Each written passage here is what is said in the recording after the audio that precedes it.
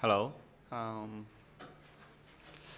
First of all, there's the personal emotions.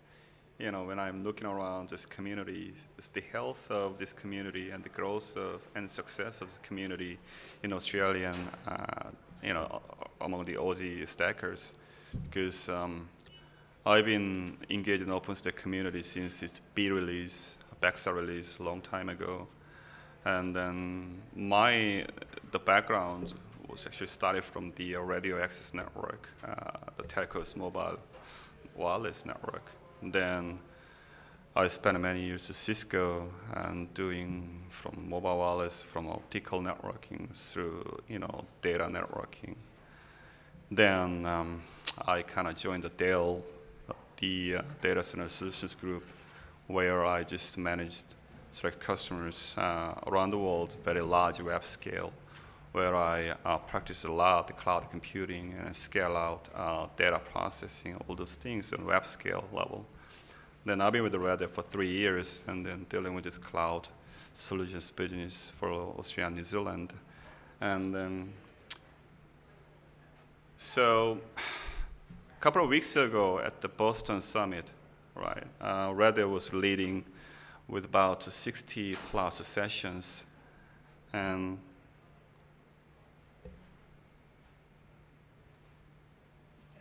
sure, thanks. Yeah, let's just go forward. Ooh, Richard, it looks like it maybe doesn't love us so much. Let's see here. It's definitely on. Yeah, so the OpenStack communities really evolved from the infrastructure layer and then now supported with the surrounding ecosystem of the communities as a whole. And we just released our latest OpenStack version 11 based on upstream Okata release. And to my knowledge, with the first commercial distro to provide OpenStack cloud solutions based on the Okata version. And then some of the key features around the Okata-based OSP 11. And then we introduced the composable and upgrade the OpenStack services to address the problems around the actual lifecycle management of the OpenStack. And then people sometimes is too much excited about standing up the OpenStack cloud. However, instead of dealing with the problems around the day zero, which is planning, day one deployments, the real problems are actually around the day two actual life, the operation side. Because the OpenStack community, the pace of the innovation is so rapid, and we all know that every 6 months, the community releases major chunks, and then within the major chunks, there are 3 or 4 times minor releases coming out from the community. And how are we going to handle the OpenStack as on Linux applications? How are we going to handle these CI/CD pipelines? Just like we handle applications. Then do we have a collection of proven tool sets to manage these day-to operations? Our customers around the world are really pushing us and then asking us to provide the right tangible solutions.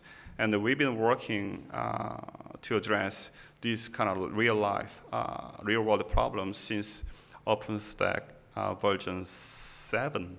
Because up until our version of OSP 6, we kind of tend to focus more on the deployment side, because we thought this is one of the biggest problems that community has.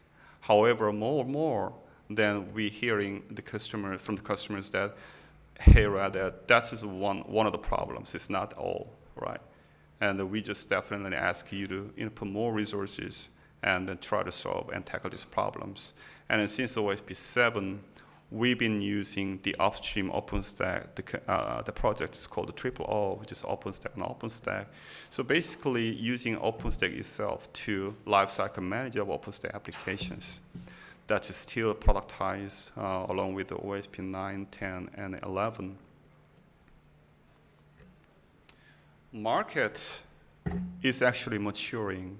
And then there's some joke around the community, particularly from media side, OpenStack is getting boring. It is because most of the core services really matured, And then the integrated system is really at the production level, the integrity. It's kind of another way to express and appreciate all these efforts that the community actually provide in this, in these projects. I've extracted some data points from the latest OpenStack user survey, which released April a couple of months, last month. Then, based upon this survey, over 66% of the participants said, they use OpenStack in production. Still using a dev and POC environment and sandbox, but this is a phenomenal number, and it's kind of moderate increase from the last year's survey. When we look at the top 3, the business drivers, why OpenStack means a lot to your core business is that number 1 is, interestingly, avoid the vendor locked in. And then, to my knowledge, this used to be number 3 or number 4 up until last year. And this is truly the core value of the open source. And then, a little bit technically, why it can be achieved to provide a vendor lock-in, avoid vendor lock-in solution to customers is that the OpenStack, since day 1, adopted the plug-in model, right? The point is, OpenStack is a collection of API services to users and operators and dev and ops. Yet, it also provides multiple plug-in technologies, the mechanism to all those ecosystem partners to provide their virtualized technologies or resource management technologies, all those things as plug-in. So the strategic importance, you can get out of the OpenStack, in place is that instead of doing what you're told to do by one particular solution provider, now you can sort of like ask, sometimes tell or mandate to this provider to plug their stuff into my platform, right? So OpenStack is not just one technology to address one particular business problem. Rather, it is a collection of technologies that address many business problems that you have. So depending upon the use case, it's a collection of use cases to achieve your business case. Then you can pick and choose what services out of the OpenStack and what other capabilities that I'm missing if I only have OpenStack, and fulfilling those capabilities by utilizing surrounding ecosystem technologies, right? So second of all, and OpenStack really making an impact and helping an organization of any size to accelerate their innovation, right? And then third of all, to increase the operational efficiency. Cloud technologies, to me, is technically is nothing but automation of throughout all abstraction layers, right? So people kind of fascinated by the term of software-defined something. Software-defined data center, software-defined economy now. What does that mean, software-defined, software-defined? I rather replace software with a user-defined or operator-defined, right? Which means the power actually shifts to the user side and operator side, right? Instead of doing all those manual intervention, manual process to make my user happy, right? These are all abstract and automated, and you don't need to do it. So ultimately, you can just increase the efficiency ratio, which means, okay, I can handle, with the 3 resources, I can handle 100 servers. I may be able to handle 1,000 virtual machines running on top of it. However, even though I keep increasing my resources, I got no idea how to handle tens of thousands of containers on top of it. I can't, right? So with existing suppliers or the emerging suppliers, you can just pick and choose, plug their technologies into your platform as a magnet, right? So you can truly achieve your fundamental objectives. So again, OpenStack is a framework, and you can just carve out this framework, carve up, and then create your own clouds.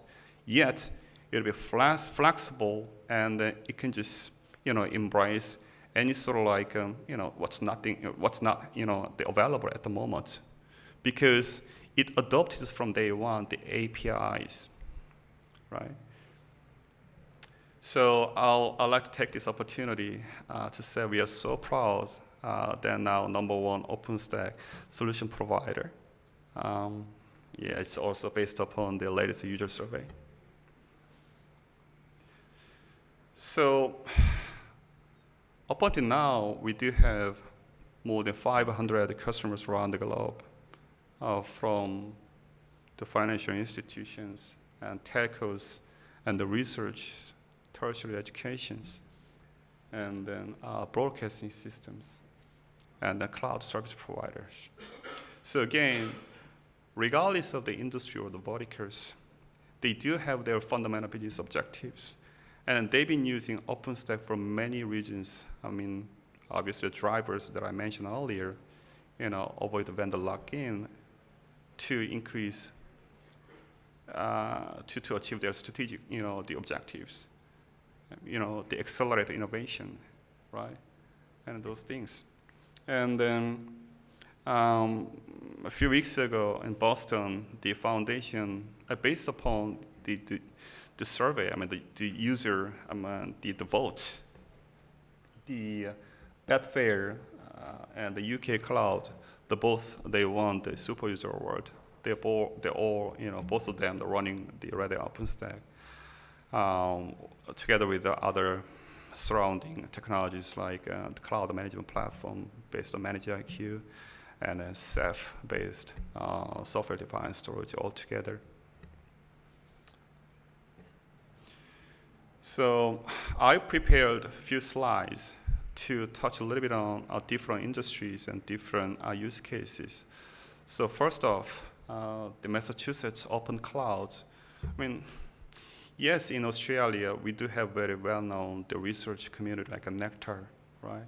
Whether it's Monash Uni, the Melbourne Uni, or NCI down in Canberra. We've been actually using OpenStack for years to achieve, their objectives. And then the MOC is similar to the Australian Nectar. I do believe there are a lot of interactions between MOC community and the Nectar community. So yes, they're using Red Hat OpenStack and Red Hat Ceph and those things. And then there's a rich set of data, the users, they actually share and they utilize together. The hundreds of users, the researchers, the users, obviously these clouds need to be able to scale to address thousands of students, right, as well. So the efficiency we talked about earlier, that only a couple or three, actually 1.5, maybe 2 people, they actually run this scale of the cloud systems. That's the efficiency we're talking about, right? By all those automation capabilities that the cloud system provides. And then their future plan is they want to increase the storage footprints until up to the 20 petabytes in the years to come.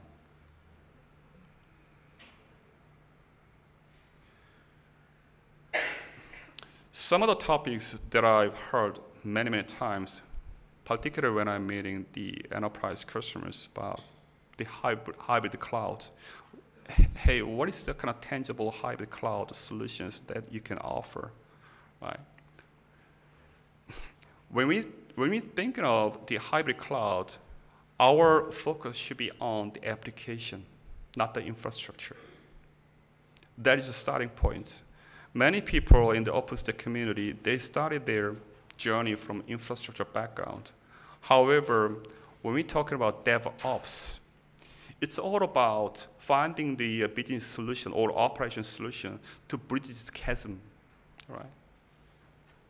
So from that perspective, when we think about the application or application management or lifecycle orchestration, whatever, it is so independent from underlying infrastructure, whether it's bare metal or virtualization or private cloud or public clouds.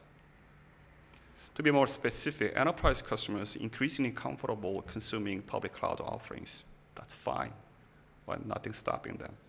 However, I want to say that OpenStack-based cloud infrastructure, private cloud infrastructure, is very, very important in this whole cloud ecosystem for many reasons. So when we're talking about the hybrid cloud, there's one sort of like a buzzy word just hit up on our minds, is that's container. And then based upon the user survey, the OpenStack they executed over the past few years, container is #1 emerging tech or interest in the OpenStack community. And why?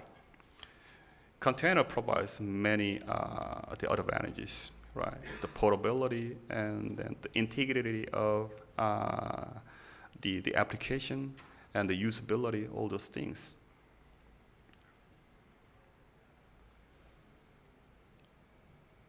So the question would be, can OpenStack compete against the container or vice versa, or do they complement? So our point of view is it's complementary technologies, because the infrastructure layer, the IaaS, is kind of bottom-up approach, bottom-up view, try to solve all those related problems from bottom up. Container is kind of top-down technology initiative, try to solve and address the problems that application developers have. So there are many ways you can use the container technologies, together with the OpenStack. There's a few projects going on in the OpenStack community that we can provide a native container APIs like the Magnum. Then there are two pillars, right? When you talk about the container in OpenStack, the context, one is around the workloads itself. The other one is around OpenStack services itself. Because at the end of the day, OpenStack is nothing but Linux applications, right? So now, the #1, the container management or orchestration tool in the community is Kubernetes. And then obviously Red Hat as a company, we are also doubling down on the Kubernetes community, and we are second largest contributor, second to Google. So whether you manage your own in-house application development stack by consuming the resources that's been exposed by OpenStack, that's one choice. And that actually addresses particular workloads. I mean, so, the previous session was talking about the Hadoop, Spark, and Storm, and Apache Mesos, whatever, right? So if you address one particular problem or the workloads, you can still use your own the application stack.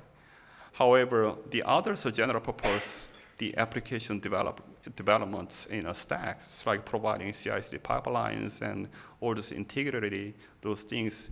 It's okay, to my knowledge, to consume the off-the-shelf general purpose PaaS platform as well. Right? And then third of all, now using the Kubernetes or the container technology to manage, lifecycle manage OpenStack itself, yes, this is what the project Cola is about. And then, yeah, Red Hat is also #1 contributor to Cola projects.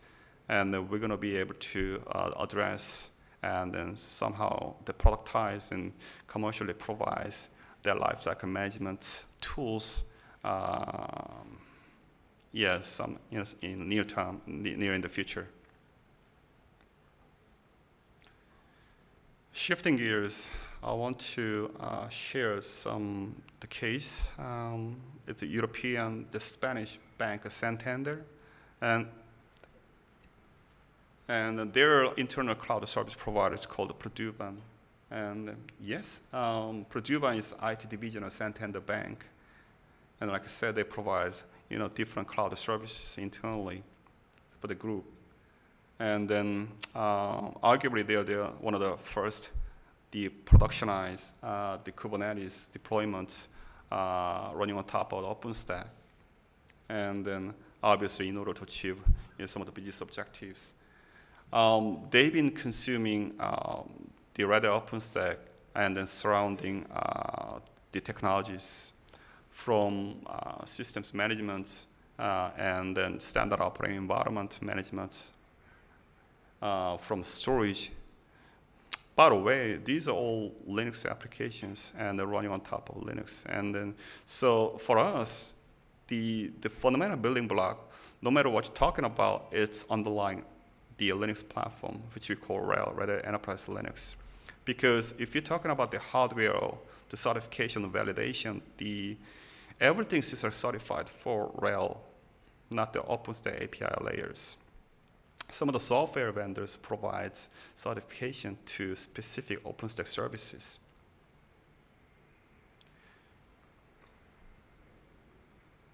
So down the road, what we're going to focus from this time on is multiple, right? And then Red is arguably #1 contributor to OpenStack with about 20. Now, O version of Kata 25, and the P version is about 27. Then I just picked up a couple of sort of initiatives we actually take very, very seriously. One is networking. The other one is production lifecycle management. So from OVS to OVN, and then, you know, the integration of the Linux Foundation, the SDN controller like OpenStack Lights, particularly for telco industry, that's what we're actually doubling down at the moment. And earlier I talked about the containerized OpenStack service lifecycle management. Then we do have so-called OpenShift container platform. Then, you know, internally we decided, you know, why don't we just, you know, we don't have to reinvent the wheels, because we can still use OpenShift to manage OpenStack, the application layers. So that is something we are serious talking about internally. So my last few slides, how many people in the audience from telco backgrounds? Can I? Yes. So we never thought OpenStack, you know, as a cloud operating system for, you know, telco's transformation ever. But some few years ago, there's huge demands and then bullish requirements coming from telco. And then, so at the center of the telco transformation, there's a telco cloud, right? You know, ideally, you can host any type of workloads on top of this telco cloud from your fixed line, mobile wallets, or business IT, or BSS or OSS, and any type. But the OpenStack provides such a nice tool set to abstract and group some of those different hardware resources, so to speak, and then allocate the right resources onto right workload onto the right resources. So with the convergence of the cloud computing and the SDN and NFV, and the emergence of kind of IoT and the 5G, and then telcos now really sort of like somehow experimenting and struggling somehow how to transform, right? But what we as a community need to do, because we are in the OpenStack community, is that, you know, we have to find out more tangible, more approachable solutions to fill this gap, to help telcos really transform, you know, smoothly over the next, you know, 3 to 5 years. So when we say network functions virtualization, it is operator-driven initiative, right? And this is open collaboration in telecommunications. This is not a vendor-driven initiative, but this is operator-driven initiative. So perhaps this is kind of a very busy kind of diagram. This is actually based on the European Telecommunication Standard Institute, the NFV reference framework, and where we actually put what kind of capabilities are Red Hat, and then together with our ecosystem partners provides and fill this gap, right? And then that's right. I mean, the OpenStack platform is really fundamental building block across this whole the architecture, and then it does provide nice integration points with certified technologies underneath, whether it's Ceph or OpenStack Lights or KVM, etc. Then on the right-hand side, fine, Peter. I mean, these are all Linux operating system, right? And they're all perhaps the guest operating system provided by vendor, which they just now virtualize their physical network functions, also running on some type of Linux kernel as well. then how are you going to make sure the standard operating environment, the compliance and security across whole nationwide networks? Which is telcos never thought of, because when they think about networking from end user to end user, all networking appliances connected in serial fashion. They're not actually used to operate at this kind of multi-level, multi-dimensional kind of infrastructure. There are so many data points you need to collect in order to assure end-to-end service. I'm serious. Then is there such a centralized automation tool to touch upon every single point, every single stack? And then there's no one-size-fits-all solution, but there's complementary solutions out there like Ansible, like an automation tool. And then many networking equipment provider provides their modules, and you can create playbooks to address some problems as well, right? And then in order to integrate with their existing OSS or BSS, right? And then what is sort of like a collection of a tool set, right, to seamlessly or ongoing, you just integrate, right? And you definitely need a container platform, a PaaS platform, and a business rules management, all those things. So again, this is sort of like a solution up to date that Red Hat can provide to our telco clients. And this is my last slide. Then, okay, what strategic roles can Red Hat do for telcos? There are two types of approach telco has taken for the past few years. One is AT&T model, and the other one is kind of Verizon/Sprint model. AT&T started its journey with many of the engineers and operators, so to speak. And then they think they'll be able to influence and sort of like bias the upstream communities, not just the community, because NFV is a collection of multiple upstream communities. However, they can't go on because they can stop, because they don't know how to kind of mingle with open source communities.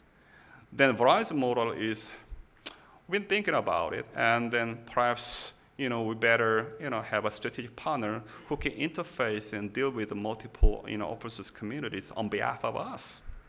And then whenever we just come up with the collection of requirements, I need somebody who knows this community and then sort of like does the job for us.